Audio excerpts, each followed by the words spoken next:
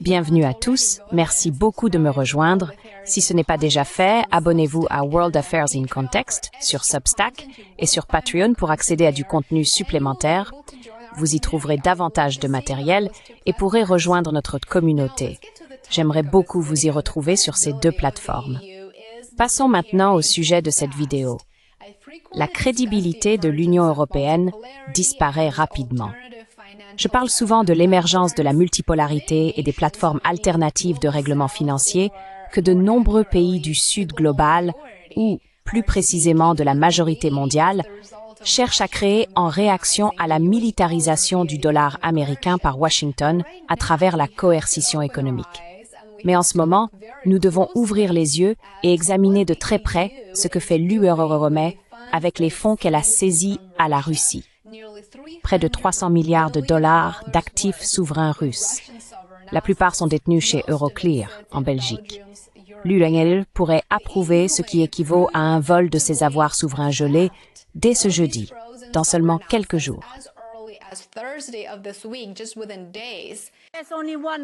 Il n'existe qu'une seule voie pour parvenir à une paix juste pour l'Ukraine et pour l'Europe. Nous devons continuer à renforcer la résistance de l'Ukraine par un soutien politique, financier et militaire.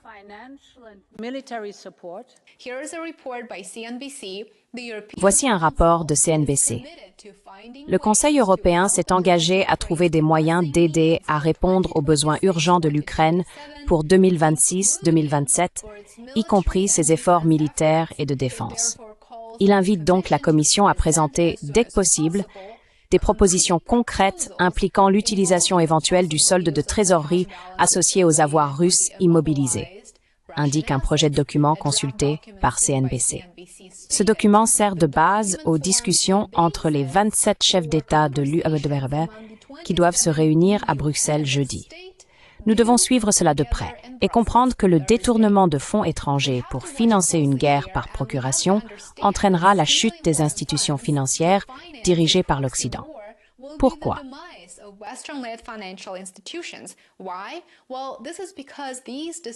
Eh bien, c'est parce que ces décisions sont extrêmement politisées et qu'elles vont à l'encontre du principe selon lequel les institutions financières doivent offrir un refuge sûr aux nations étrangères pour y conserver leurs avoirs.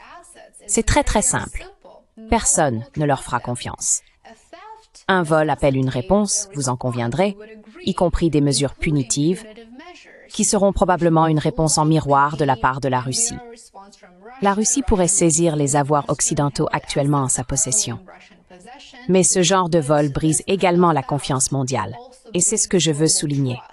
Personne ne fera confiance aux banques occidentales pour leur confier leur argent après cela. Après que l'UE vous ait sanctionné puis volé votre argent, à quel point ce système est-il stable? Leur confieriez-vous votre argent?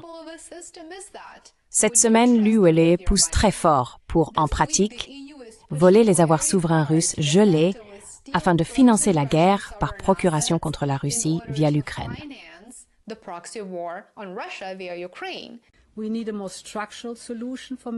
Nous avons besoin d'une solution plus structurelle pour le soutien militaire. C'est pourquoi j'ai proposé l'idée d'un prêt de réparation fondé sur les avoirs russes immobilisés. Le prêt ne serait pas versé en une seule fois, mais en plusieurs tranches, assorties de conditions. Nous renforcerons également notre propre industrie de défense en veillant à ce qu'une partie du prêt soit utilisée pour des achats en Europe et avec des partenaires européens.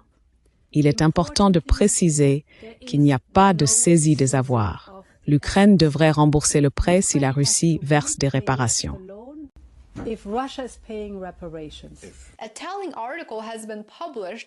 Un article révélateur a été publié dans le média mondialiste Project Syndicate. Son contenu n'a rien de très original, c'est encore une reprise des arguments bien connus sur la nécessité de confisquer les avoirs russes et de les transférer à l'Ukraine dès que possible. Et bien sûr, aussi à ses soi-disant amis, ses partenaires, qui seraient naturellement les premiers à en bénéficier. Il conseille aux dirigeants occidentaux de saisir l'occasion et de passer à l'action. ils peuvent encore nous impressionner en prenant une décision concrète lors de la réunion du Conseil européen plus tard ce mois-ci. Un prêt de réparation fondé sur les fonds russes gelés est selon eux le bon choix moral, et il est très curieux qu'ils fassent ici appel à la morale, tandis que financièrement et juridiquement, c'est aussi une bonne politique.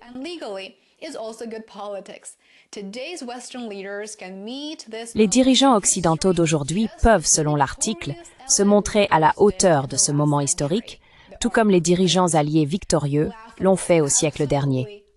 Risible, absolument risible. Et ne me lancez même pas sur les visions révisionnistes de la victoire de la Seconde Guerre mondiale ici.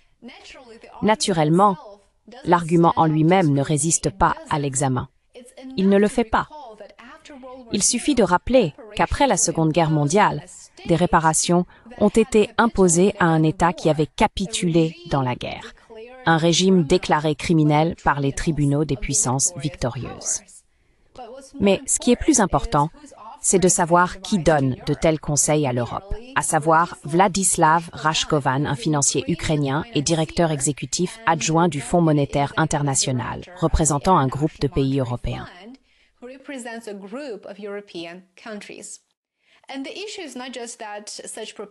Et le problème n'est pas seulement que de telles propositions pourraient détruire l'image de l'Europe en tant que refuge sûr pour les actifs mondiaux. Environ 175 milliards d'euros, soit environ 204 milliards de dollars américains une fois convertis en liquidités, sont arrivés à échéance à partir des avoirs russes gelés ce mois-ci. Et cette semaine, la présidente de la Commission européenne, Ursula von der Leyen, a déjà proposé une nouvelle étape audacieuse. Elle souhaite transformer 170 milliards d'euros d'actifs russes, actuellement gelés chez Euroclear, en un prêt de réparation lié au prochain programme du FMI pour l'Ukraine. Son appel a été rapidement repris par le chancelier allemand, Friedrich Merz, qui a suggéré un prêt sans intérêt garanti par ces mêmes avoirs gelés. Un prêt que l'Ukraine ne rembourserait qu'une fois la Russie ayant versé les réparations.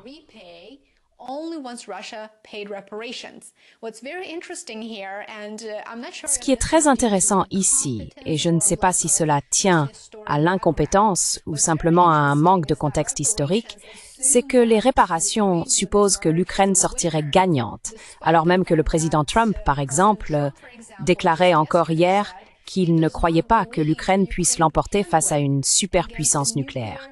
Ce n'est pas une nouveauté, c'est simplement du bon sens. Selon Bloomberg, les États-Unis semblent freiner le plan mené par l'Union européenne visant à permettre aux pays du G7 de saisir les avoirs russes gelés. Les données de l'Institut de Kiel montrent qu'entre juillet et août de cette année, l'Ukraine a reçu environ 7,5 milliards d'euros d'aide financière et humanitaire.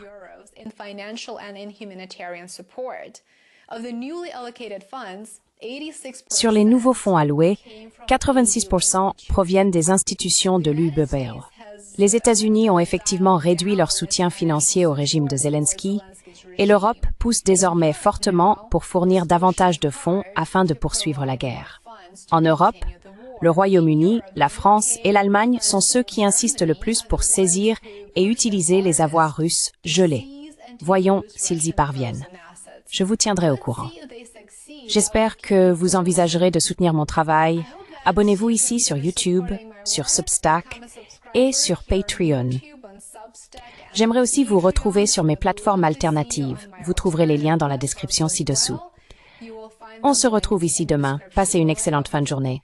Prenez soin de vous.